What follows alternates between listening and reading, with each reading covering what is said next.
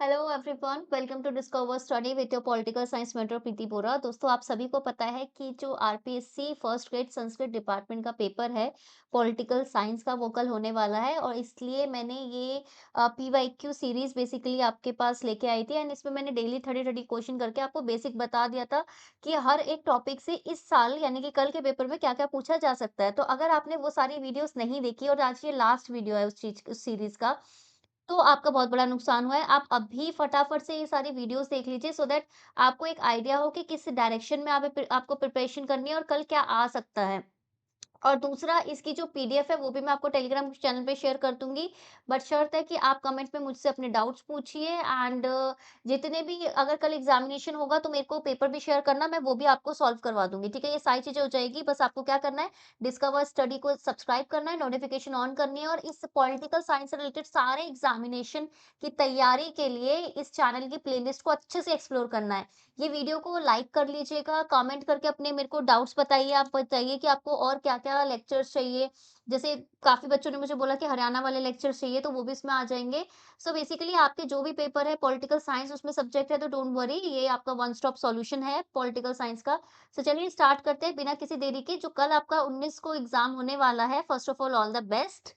And I hope आपका exam definitely clear हो, ठीक है? तो उसमें हम ये जो 3 घंटे का हमारा पेपर होता है पॉलिटिकल साइंस का, वो कर रहे थे। तो अभी तक हमने ना 120 क्वेश्चन कर लिए थे और हमें लगा था कि सबसे ज़्यादा जो मुश्किल क्वेश्चन है ना, वो 91 से लेकर 120 हैं। क्यों? क्योंकि इस पर्टिकुलर क्वेश्चन की सीरीज़ में ना हमको इस तरीके के क्वेश्चन ज़्यादा मिल रहे थे। जैसे क्या बोलते हैं, टीचिंग एप्टीट्यूड, थोड़े फैक्चुअल टाइप के, टिपिकली पॉलिटिकल साइंस से रिलेटेड नहीं थे। तो कहीं न कहीं किसी का ये ड्रॉबैक भी हो सकता है। बट कल की जो लेग पार्ट 4 है उसमें मैंने बता दिया है कि अगर इन केस आपको कुछ भी नॉलेज ना हो तभी भी आप इस तरीके के क्वेश्चन निकाल सकते हैं। उसकी शॉर्टकट ट्रिक्स सब बताई हैं, तो वो ज़रूर देखिएगा। क्वेश्चन नंबर 121, साथ-साथ आप आंसर भी देते जाइए, पार्टिसिपेट कीजिए। कि सोशलाइजेशन या फिर सोशल डेवलपमेंट आपको जो बोलते हो is a process where by the biological individual is converted into a human person. कि सामाजिकरण या सामाजिक विकास वह प्रक्रिया है जिसके द्वारा जैविक व्यक्ति को मानवीय व्यक्ति में परिवर्तित किया जाता है। तो ये स्टेटमेंट किसकी है? सोरेनसन, फ्रीमैन, हर्लक या गैरेट? सो बेसिकली इस तरीके की जो स्टेटमेंट है, मुझे पता है कि आपको इतना नहीं आएगा।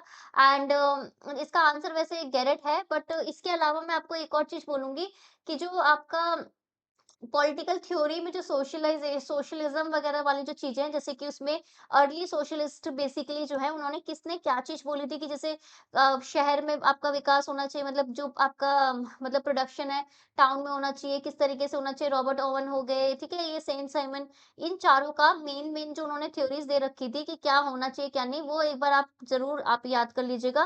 बिकॉज मुझे लगता है कि आ सकते हैं, उसके चांसेस हैं। नेक्स्ट है मैक्स वेबर बिलीव्स पॉलिटिक्स है। वो पॉलिटिक्स को क्या मानते थे? मैक्स वेबर राजनीति को क्या मानते थे? अ, अ, गुरसानवाद, ठीक है, नॉस्टिसिज्म, अनुमान की कला यानी कि आर्ट ऑफ कंजक्चर, की हम सीधे फिर अनुमान लगा रहे हैं, ये पॉलिटिक्स है। वोकेशन पेशा है पॉलिटिक्स, या फिर क्रिया विशेषण है संबंधी गतिविधि है, यानी कि एडवर्बियल साइंस है। सो बेसिकली मैक्स वेबर के हिसाब से मैक्स वेबर वही पर्सन है जिन्होंने सोवरेनिटी को बोला था कि भाई अथॉरिटी जिनके पास फोर्स होती है, जो फोर्स को अ, मतलब लीगली फोर्स को यूज कर सकते हैं, फोर्स यूज करने की अथॉरिटी होती है, उसको स्टेट को इस तरीके से डिफाइन किया था, वही मैक्स वेबर की मैं बात कर रही हूँ। और उन्होंने पॉलिटिक्स को, वही मैक्स वेबर जो कि आइडल टाइप ब्यूरोक्रेसी की बात करते हैं, उन्होंने पॉलिटिक्स को बेसिकली एक पेशा माना है। उन्होंने बोला ये आर्ट है भाई, पॉलिटिक्स आपका वोकेशन है, पेशा है।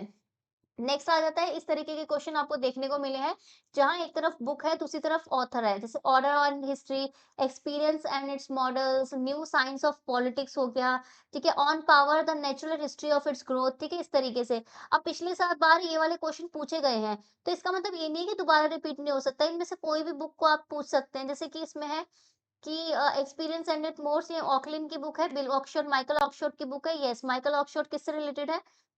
बताओ। रूढ़िवाद से रिलेटेड है क्या? कंजर्वेटिज्म से रिलेटेड है क्या? मुझे बताइए। न्यू साइंस ऑफ पॉलिटिक्स आपका एरिक वॉगलिन है क्या?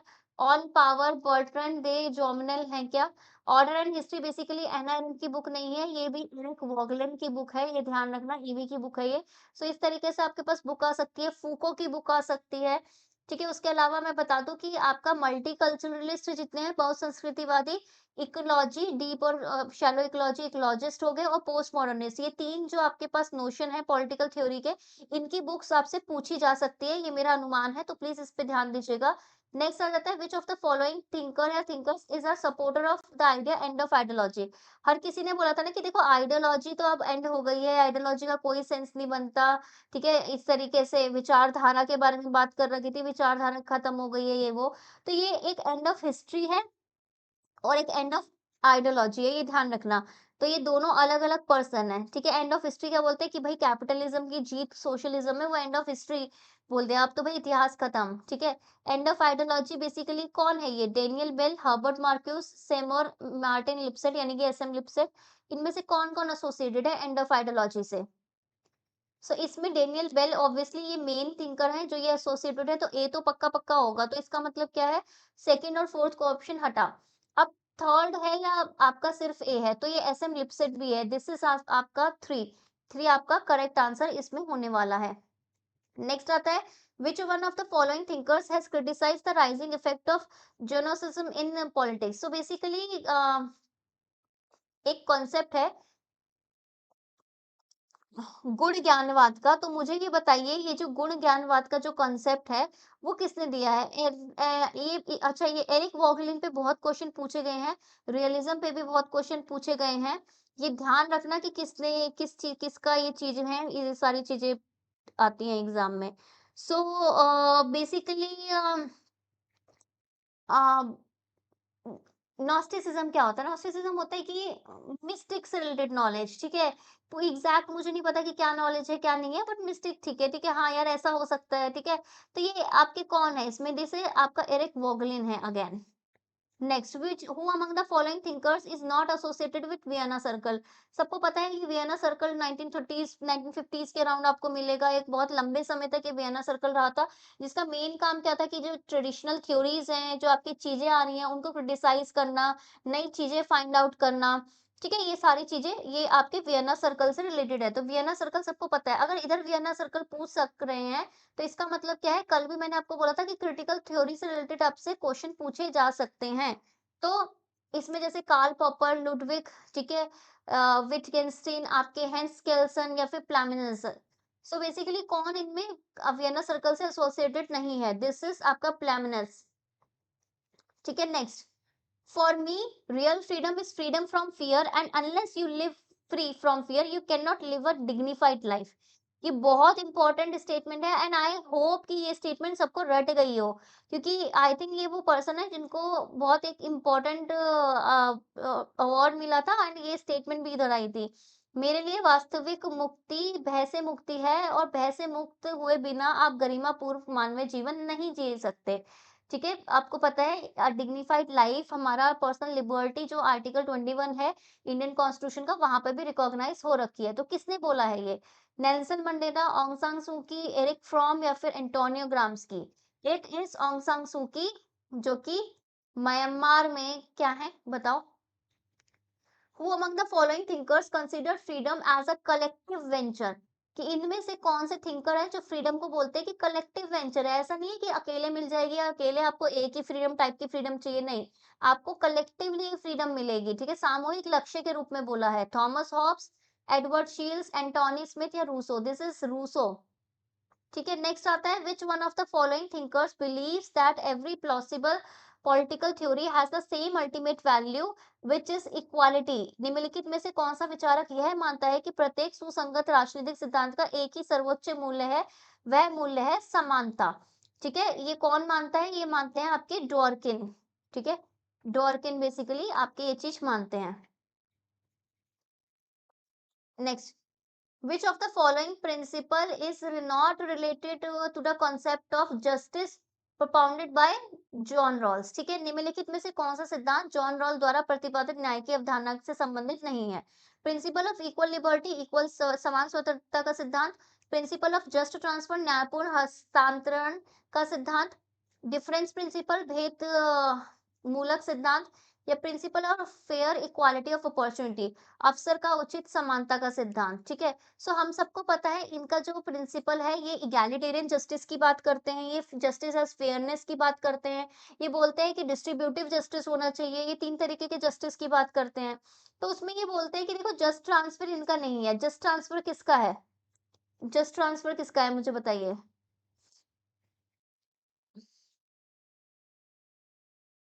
ये बहुत इंपॉर्टेंट है, ये उन्हीं का ही जस्ट ट्रांसफर जिन्होंने जस्टिस एज एंटाइटलमेंट दे रखा है, ये वही है जस्टिस को जो रेक्टिफिकेशन थ्योरी ऐसा मानते हैं। बट इसका आंसर आप मुझे बताइए। Next, in which of the following years the book Citizenship and Social Class, which was written in by T.H. Marshall, was published?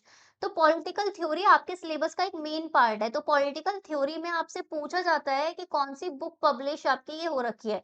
तो टीएच मार्शल ने एक बुक लिखी हुई है, ये बिल्कुल क्रक्स है, सिटीजनशिप एंड सोशल क्लासेस। ये बुक कभी मैच के फॉर्म में भी आ सकती है, दिस इज इन 1915।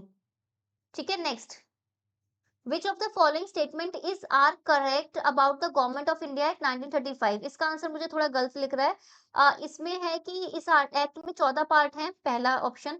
दूसरा, इसने आरबीआई बनाया था, ठीक है। तीसरा है कि इसमें जो है ऑल इंडिया फेडरेशन बनाया है। चौथा है कि रेसिडुअरी पावर फेडरल रजिस्ट्रेशन को फेडरल लेजिस्लेचर को दी है।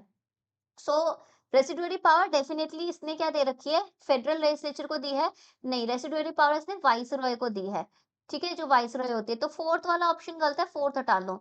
उसके बाद इसने एक ऑल इंडिया फेडरेशन का प्रोविजन बनाए, बिल्कुल उसमें प्रोविजन थे, लेकिन ये फेडरेशन आ नहीं पाया। अब provision was made for the establishment of all India federation, ठीक है, ऑल इंडिया फेडरेशन की बात नहीं कही गई थी। एंड आरबीआई का भी अगर मैं बात बताऊं तो उसका अलग 1934 का वो अलग एक्ट से आ रखा है, ठीक है, जिसमें आपके बी आर अम्बेडकर भी एक मेंबर थे। तो इसका आंसर ये सेकंड और थर्ड भी नहीं है, इसका आंसर सिर्फ फर्स्ट होगा। 14 पार्ट थे, ये ध्यान रखना, और दो अलग अलग एक्ट आए थे, एक इंडिया के लिए, एक बर्मा के लिए। Next, under which section of the government of India act 1935 the name of the federation was the federation of India, ठीक है, कि फेडरेशन ऑफ इंडिया कहाँ पे मेंशन था, ठीक है, this is in fifth article. Sorry, एक मैं ये क्या बोल रही थी, मैं यहाँ पे बोल रही थी कि इसमें प्रॉब्लम ये था, ये हमने यहाँ पे इसको टिक करा था लेकिन इसका आंसर नहीं कर रखा। मैं ये बोल रही हूँ कि ये भी सही है आपका, ये भी सही है, तो लेकिन इसमें ना आपका पीछे दे रखा है फर्स्ट वाला आंसर, इसमें पीछे फर्स्ट वाला आंसर दे रखा है, बट एक्चुअली में ये सही नहीं है। एक्चुअली में आपका ये वाला सही होने वाला है, या तो फर्स्ट थर्ड होगा या आपका थर्ड वाला ऑप्शन होगा, ठीक है, दिस इज नॉट फर्स्ट वाला, ठीक है, ये ध्यान रखना। Next, in which meeting of the constituent assembly of India the permanent chairman was elected? तो आप सभी को पता होना चाहिए कि पहले 9 दिसंबर 1946 में फर्स्ट मीटिंग होती है, जिसमें सचिदानंद सिन्हा टेम्पररी मेंबर होते हैं। देन आपका 11 दिसंबर को होती है, फिर तीसरी मीटिंग होती है आपकी 13 दिसंबर 1946 को, जिसमें आपके परमानेंट चेयरमैन जो सिलेक्ट होते हैं वो राजेंद्र प्रसाद होते हैं, एंड वाइस प्रेसिडेंट जो होते हैं वो होते हैं H C Mukherjee. And objective resolution कौन से उसमें आता है, ये आप मुझे बताइए, और कौन कौन सी कमेटी के चेयरमैन थे, ये भी आपको पूछा जा सकता है, ठीक है। अब नेक्स्ट क्वेश्चन है कि विच province has the largest number of member present in the first meeting 9 December 1946 of the constituent assembly of India? तो कॉन्स्टिट्यूएंट असेंबली ऑफ इंडिया हुई, ठीक है, आपकी 9 दिसंबर फर्स्ट मीटिंग हुई। तो कौन सी स्टेट में से सबसे ज्यादा लोग आए थे, बंगाल, बॉम्बे, मद्रास या फिर बिहार? तो आंसर है मद्रास, मद्रास वाले में से सबसे ज्यादा लोग का रिप्रेजेंटेशन था, क्योंकि उस समय मद्रास प्रेसिडेंसी बड़ी होती थी। Next, from where is the term union mention in article 1 of the constitution of India taken? तो हम सबको पता है इंडिया को ऐसा Bharat, India that is Bharat shall be union of state हमने बोल रखा है। तो यूनियन जो शब्द है वो हमने कहाँ से लिया है? ऑस्ट्रेलिया के कॉन्स्टिट्यूशन से, आयरलैंड के कॉन्स्टिट्यूशन से, ब्रिटिश नॉर्थ अमेरिकन एक्ट जो है 1867 का उससे, या फिर यूएस के उससे? तो हमने ये इसको लिया है कि ब्रिटिश का ये जो एक्ट था उधर से ले रखा है, ये ध्यान रखना, 1867 का।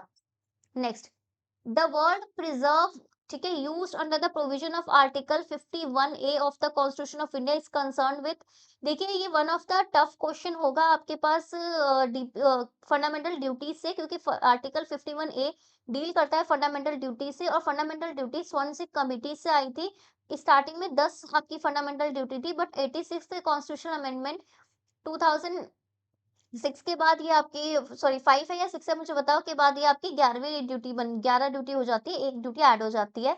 सो मुझे बताइए कि ये आर्टिकल 51 ए में प्रिजर्व करने की बात कही गई है, तो क्या प्रिजर्व करने की बात कही गई है? Rich heritage of our composite culture, सामसिक संस्कृति की गौरवशाली परंपरा की को कंजर्व प्रिजर्व करना है, बचा के रखना है, इसकी बात कर रख रखा है। या फिर पब्लिक प्रॉपर्टी सार्वजनिक संपत्ति की बात कर रहे हैं, नेचुरल एनवायरनमेंट प्राकृतिक पर्यावरण की बात कर रहे हैं, sovereignty and unity and integrity of India Bharat की प्रभुता, एकता और अखंडता की बात कर रहे हैं कि किसकी बात कर रहे हैं? तो हमें पता चला है कि यार देखो ये बात कर रहे हैं आपकी रिच एंड कम ये हेरिटेज वाला कंपोजिट कल्चर वाले की। नेक्स्ट, अब आ जाते हैं आपके पास डीपीएससीपी से रिलेटेड एक इंपॉर्टेंट क्वेश्चन जो कि बहुत बार आपका रिपीट हो चुका है। एक तरफ आर्टिकल दे देते हैं, दूसरी तरफ बोल देते हैं कि क्या-क्या उसके प्रावधान है, कि क्या-क्या चीजें हैं उसमें। आर्टिकल 39 ए 40 41 44 ये दे रखे हैं। फिर दूसरी तरफ प्रोविजन दे रखा है कि यूनिफॉर्म सिविल कोड होना चाहिए, equal justice and free legal aid होना चाहिए, फिर ऑर्गेनाइजेशन ऑफ विलेज पंचायत होना चाहिए और फिर राइट टू वर्क होना चाहिए। तो आपको पता होना चाहिए कि देखो आर्टिकल 44 में तो यूनिफॉर्म सिविल कोड है, ये हमको पता है। यानी कि डी का तो फर्स्ट है। तो ये वाला चीज़ है, फर्स्ट वाला ऑप्शन एलिमिनेट कर दो। फिर हमें पता है आर्टिकल 40 में पंचायत से रिलेटेड चीज़ें हैं, तो ये बी का हमारा थर्ड है। बी का थर्ड देखो यहाँ पे है, तो हमारा आंसर आ गया 3। फिर हमें 51 41 का पता होना चाहिए, राइट टू वर्क है और आर्टिकल 39 ए में है फ्री लीगल एड। इससे और क्या क्वेश्चन आ सकते हैं? इससे अमेंडमेंट पे क्वेश्चन आ सकते हैं, जैसे 39 ए, 41 ए, 43 ए, इस तरीके से 48 ए, कहाँ कौन-कौन से अमेंडमेंट से आए हैं, क्या-क्या लिखा है, ये चीज़ें पूछ लेते हैं। मैच करने की बात कर देते हैं, ठीक है? Next, which one of the following articles of the constitution of India are related to the goals of the word socialist used in the preamble? Preamble में हम सबको पता है कि जो सोशलिस्ट शब्द है, वो 40 सेकंड अमेंडमेंट से आ रखा है, ठीक है? अब ये आ तो गया, लेकिन सोशलिस्ट वाले जो प्रावधान है कॉन्स्टिट्यूशन में आगे कहाँ पे है? आर्टिकल 38, 39 या 46? 38 में आपको पता है इक्वालिटी की बात की गई है कि सबको इक्वालिटी हो, पब्लिक वेलफेयर हो। 39 में भी कि आपके रिसोर्सेज एकत्रित ना हो, सबको डिस्ट्रीब्यूशन हो, इनकम ही सेम, आपका इक्वल डिस्ट्रीब्यूशन आपका रिसोर्सेज का हो, इनकम में डिफरेंस ना हो, ये सारी चीजें। 46 पे किस चीज से रिलेटेड है बताओ? एससी, एसटी वगैरह इन सब से रिलेटेड है कि क्या है? ठीक है, तो ये सारी चीज़ें अगर मैं बात करूँगी तो सारी जगह सोशलिस्ट प्रोविजंस हैं, इन तीनों में ही सोशलिस्ट प्रोविजंस हैं। अब what is the correct order of the word of the following article? Article 15 में आपका सीधे-सीधे बता रखा है कि स्टेट किन-किन ग्राउंड्स पे, किन-किन अधिकार पे डिस्क्रिमिनेशन नहीं कर सकता, ठीक है? डिस्क्रिमिनेशन भेदभाव नहीं कर सकता, पूरा लिख रखा है। तो वो किस ऑर्डर में लिखा है? Race, caste, religion, sex, religion, race, caste, sex, caste, religion, race, sex, religion, caste, से रेस। तो इसमें आप याद करना रघु और राजन, ठीक है? रघु राजन काउंटर स्ट्राइक खेल रहे हैं, ठीक है? खेलने को क्या बोलते हो? Play. Religion, race, caste, sex, place of birth. अगर आर्टिकल 16 की बात होगी तो इसके आगे डॉक्टर लगा देना। डॉक्टर रघु और राजन काउंटर स्ट्राइक प्ले खेल रहे हैं। तो डॉक्टर का मतलब डिसेंट और रेजिडेंस, प्लेस ऑफ रेजिडेंस की बात हो रही है। तो रिलीजन, रेस, कास्ट, सेक्स और प्लेस ऑफ बर्थ ये सेकंड वाला है इसका आंसर, ठीक है? Next, which one of the following words is not mentioned in the article 51A C in of the constitution of India? अब आर्टिकल 51 ए का मतलब क्या है? आपसे पार्ट 4 ए पूछ रहे हैं, स्वर्ण सिंह कमेटी के द्वारा द्वारा जो 42nd अमेंडमेंट से जो फंडामेंटल ड्यूटीज आई थी उसके बारे में क्वेश्चन पूछ रहे हैं। और ये पूछ रहे हैं कि जो सी है ना उसमें क्या क्या चीजों का प्रावधान है? सोवरेनिटी, संप्रभुता, नेशनल मूवमेंट, राष्ट्रीय आंदोलन, यूनिटी, एकता और अखंडता। हमको पता है कि हमारे कॉन्स्टिट्यूशन में सोवरेनिटी, यूनिटी, इंटीग्रिटी शब्द तो हमने सुन रखे हैं, लेकिन कभी भी हमने नेशनल मूवमेंट नहीं सुना है। Next, in case of deadlock between both houses of parliament, the president to take a step to resolving a deadlock between the two houses is a provision that is संसद में दोनों सदनों के बीच गतिरोध के मामले में राष्ट्रपति को दोनों सदनों के बीच गतिरोध के समाधान के लिए कदम उठाने का उपबंध है। कि हाँ यार, अगर कभी ऐसा लग रहा है, आपको पता है कोई भी अगर कानून बनता है तो उसमें लोकसभा और राज्यसभा दोनों से पास होना चाहिए। इन केस ऐसा है कि डेडलॉक हो जा रहा है, पास नहीं हो पा रहा है, तो प्रेसिडेंट जो बीच में बोलते हैं कि जाओ जाके सब मतलब मामला निपटा के आओ, जॉइंट सिटिंग करो, तो वो जो प्रावधान है कि जॉइंट सिटिंग करो, ये करो, वो करो, तो वो किस तरीके का प्रावधान है ये पूछा गया है। ऑब्लिगेटरी है, बाध्यकारी है कि हाँ भाई करो, ठीक है? मैंडेटरी है, आज्ञापक है कि भाई ये तो तुम्हारे को कंपल्सरी है। एनेबलिंग है, एक समर्थकारी है या फिर एडवाइजरी है, सलाहकारी है। तो देखो जबरदस्ती कुछ नहीं होता, ना ही वो सलाह देते हैं, एक अनेबल दे देते हैं कि कर देते हैं, यानी कि एक टूल की तरह है कि चलो यार तुम्हारा ये नहीं हो रहा तो ये कर लो, ठीक है? इस तरीके का सिनेरियो है वो। Next, which one of the following Prime Minister of India was a member of the State Legislative Assembly while taking oath of the office? अब हम सबको पता है कि जब भी अगर आप कोई प्राइम मिनिस्टर या फिर अगर आप सेंटर में बनते हो, कोई भी आपके पास कैबिनेट मिनिस्टर वगैरह कुछ भी बनते हो, ठीक है, एमपी बन रहे हो, तो आप ना सेम टाइम पे कुछ और नहीं बन सकते। ऑफिस ऑफ प्रॉफिट कोई और आप नहीं ले सकते, ना ही आप किसी और के स्टेट लेजिस्लेटिव असेंबली के मेंबर हो सकते हो, क्योंकि अगर ऐसा होगा तो आपकी सीट उधर खाली हो जाएगी, स्टेट लेजिस्लेटिव असेंबली में ही जाओ फिर, ऐसे वाला सीन है। 6 महीने के अंदर-अंदर आपको पूरा सेटलमेंट करना होता है। लेकिन जब ये पर्सन प्राइम मिनिस्टर की शपथ ग्रहण कर रहे थे, तब वो स्टेट लेजिस्लेटिव असेंबली के मेंबर थे। तो किसके बारे में बात हो रही है? नरेंद्र मोदी, आई.के. गुजराल, इंद्र कुमार गुजराल, एच.डी. देवगौड़ा या फिर इंदिरा गांधी। सो ये बेसिकली बात हो रही है आपकी एच.डी. देवेगौड़ा के बारे में, ठीक है? Next, who among the following does endorsement of on the money bill while transmitting a copy of the bill to Rajya Sabha as passed by Lok Sabha? हमको पता है कि मनी बिल के चक्कर में ना आपके पास लोकसभा के पास ज्यादा पावर है। तो सबसे पहला क्वेश्चन ये आता है कि मनी बिल कौन से आर्टिकल में रिलेट है, ठीक है? फिर आता है कि मनी बिल में आपको पता है कि प्रेसिडेंट कुछ बोलेंगे तभी जाके आप मनी बिल लिख के आ सकते हो। उस पे राज्यसभा के पास ज्यादा पावर नहीं होती, ज्यादा से ज्यादा 14 दिन में बता देते हैं कि रिकमेंडेशन दे देते हैं, वो ज्यादा उनके पास पावर नहीं होती। अब ये आ जाता है कि यार कोई बिल मनी बिल है वो कौन बताता है आपको? मिनिस्टर ऑफ फाइनेंस बताता है, सेक्रेटरी जनरल ऑफ लोकसभा बताते हैं, स्पीकर ऑफ द लोकसभा बताते हैं या मिनिस्टर ऑफ पार्लियामेंट्री एक्शन बताते हैं, ठीक है? जैसे स्पीकर ऑफ लोकसभा बताते हैं आपको। Next, which of the following statement are correct regarding the powers of Rajya Sabha? कि भाई देखो राज्यसभा की पावर शक्तियों से संबंधित कौन सा कथन सही है? First, it can give the union parliament power to make laws on matters included in the state list. वह संसद को राज्य सूची के विषयों पर कानून बनाने का अधिकार दे सकती है, कि भाई राज्यसभा को बोल सकते हैं कि हाँ आप कानून बनाओ, ठीक है? तो राज्यसभा मतलब बोल सकती है ना कि भैया पार्लियामेंट आप स्टेट पे बना लो कानून, कर सकती है, सब बिल्कुल कर सकती है। आर्टिकल 245 से आर्टिकल 255 के बीच में ये चीजें मेंशन है। मुझे बताइए कि कौन सा आर्टिकल है ये? It alone can initiate the procedure और रिमूवल ऑफ वाइस प्रेसिडेंट, क्योंकि इनका जो वाइस प्रेसिडेंट है वो राज्यसभा के क्या होते हैं? चेयरमैन भी होते हैं। दैट इज व्हाई ये उनको निकालने का रिमूवल वाला जो चीज है यहाँ से शुरू होती है, ठीक है? ये बताते हैं, सजेस्टिंग करते हैं कि अमेंडमेंट होना चाहिए मनी बिल की, सजेस्ट करते हैं अमेंडमेंट कि मनी बिल में ये अमेंडमेंट होना चाहिए। अब वो मानना या ना मानना लोकसभा की बात है, तो क्या ये सजेशन कर सकते हैं? बिल्कुल कर सकते हैं। तो ये तीनों चीजें ये लोग कर सकते हैं। Next, there is a provision for the appointment of ad hoc जजेस इन इंडिया। भारत में तदर्थ न्यायाधीशों की नियुक्ति पे प्रावधान है, तो ये प्रावधान कहाँ पे है? उच्चतम न्यायालय में या फिर किसी भी राज्य के उच्च न्यायालय में या फिर सुप्रीम कोर्ट में या हाई कोर्ट में? तो ये आपका सुप्रीम कोर्ट में है, ठीक है?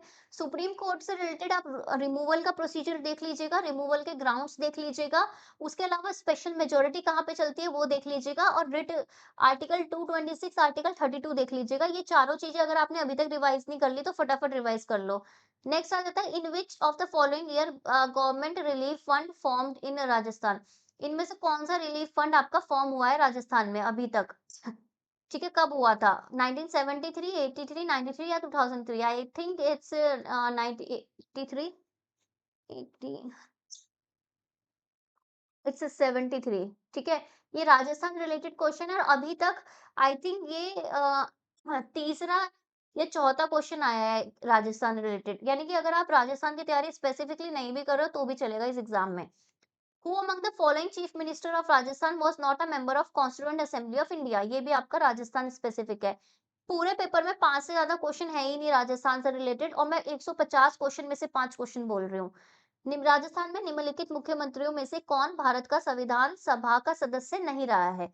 हीरालाल शास्त्री, सीएन वेंकटाचारी, जय नारायण व्यास, टीकाराम पालीवाल। तो आपको पता है वेंकटाचारी और जय नारायण व्यास का तो बहुत इंपॉर्टेंट पता है। हीरा शास्त्री भी रहे हैं बट टीकाराम पालीवाल नहीं रहे हैं, ये ध्यान रखना। Where the question which has been arisen is to whether a speaker of Rajasthan Assembly has become subject to disqualification on the ground of defection. The question shall refer to the final decision of, देखिए बहुत ही ना घुमा के question दे रखा है और ऐसा दे रखा है कि राजस्थान से रिलेटेड है, बट राजस्थान को हटा दो, हर एक स्टेट असेंबली से रिलेटेड है, क्योंकि स्टेट के मेंबर आपके डिस्क्वालीफाई होंगे कि नहीं, तो डिस्क्वालिफिकेशन पे तो आपको पता है 10th शेड्यूल 52nd अमेंडमेंट से रिलेटेड ये क्वेश्चन है, उसके प्रोविजन से। तो जहाँ ये प्रश्न उठता है कि राजस्थान विधानसभा का अध्यक्ष दल परिवर्तन के आधार पर निर्हरता से ग्रस्त हो गया है या नहीं, तो वह प्रश्न अंतिम विनिश्चय के लिए निर्देशित किया जाता है। राज्यपाल को, गवर्नर को मिलता है ये वाला बात, डिप्टी स्पीकर को मिलता है असेंबली के, कमिटी बनाई जाती है जिसमें हाउस वाले लोग होते हैं इलेक्टेड, उनको मिलता है, या फिर such member of the house as the house में इलेक्ट ऑन द बिहाफ। तो ये क्वेश्चन कौन डील करता है? तो वो डील करता है जो हाउस एक मेंबर सेलेक्ट करता है, वो डील करेगा। Last question is of this particular examination, and मैंने आपको बता दिया कि किस तरीके से क्वेश्चन आएंगे। Which of the following district is not under the jurisdiction of principal seat of the Rajasthan high court? आपको पता है हाई कोर्ट, एक तो हाई कोर्ट का मेन आपको पता है कि कहाँ पे बेंच होता है, और उसके अलावा आप सीट्स होती है अलग अलग जगह में, ठीक है, कभी कोई मास मसला हुआ तो इधर उधर भी आप बैठ सकते हो। तो निम्नलिखित में से कौन-सा जिला राजस्थान के उच्च न्यायालय के मुख्य स्थान प्रिंसिपल सीट के अधिकार क्षेत्र में नहीं है? बांसवाड़ा, डूंगरपुर, झालावाड़ या फिर आपका प्रतापगढ़? ठीक है, ये मुझे बताइए। So this is Jhalawar. ठीक, यस दिस इज झालावाड़। ये आप ध्यान रख लीजिएगा। तो अभी तक इस पेपर की एनालिसिस से हमें ये पता है कि राजस्थान स्पेसिफिक ना सिर्फ गवर्नमेंट के कुछ प्रोविजन जो स्टेट के हैं, उससे ही क्वेश्चन आए हैं, बाकी कुछ खास क्वेश्चन नहीं आए हैं। 30 क्वेश्चन हमने देखे जो इमोशनल, देखो 5 क्वेश्चन हमें मिले जो कि प्रॉपर राजस्थान रिलेटेड थे। ठीक है, तो 145 क्वेश्चन बने, बचे। उसमें से जो 30 क्वेश्चन थे वो आपके पास teaching aptitude, emotional intelligence, psychology, social development, ये मोरालिटी मोरल डेवलपमेंट ये वाले हैं। ठीक है, तो बचे 115, यानी कि 115 सिर्फ आपके पास कोर पॉलिटिकल साइंस के क्वेश्चन है। ठीक है, तो आप इज़िली कर सकते हो ये पेपर।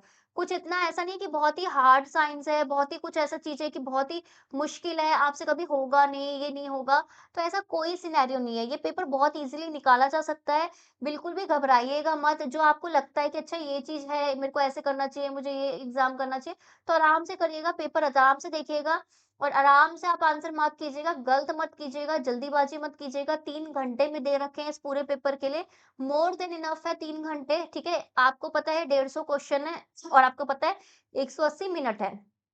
तो 1 क्वेश्चन 1 मिनट, बाकी के आपको पता होने चाहिए कि 30 मिनट्स एक्स्ट्रा हैं, तो वो 30 मिनट उसके लिए कि जो क्वेश्चन आपको समझ में नहीं आ रहा। इस तरीके से ये पेपर करना है और भी एग्ज़ामिनेशन की तैयारी के लिए स्पेशली पॉलिटिकल साइंस से जुड़े हुए सारे क्वेश्चन के लिए आप जुड़े रहिए डिस्कवर स्टडी के साथ। चलिए मिलते हैं कल, और कल आपके लिए ऑल द बेस्ट, और कल का पेपर मुझे बताना, मैं इसको एनालाइज़ करा दूँगी, ठीक है?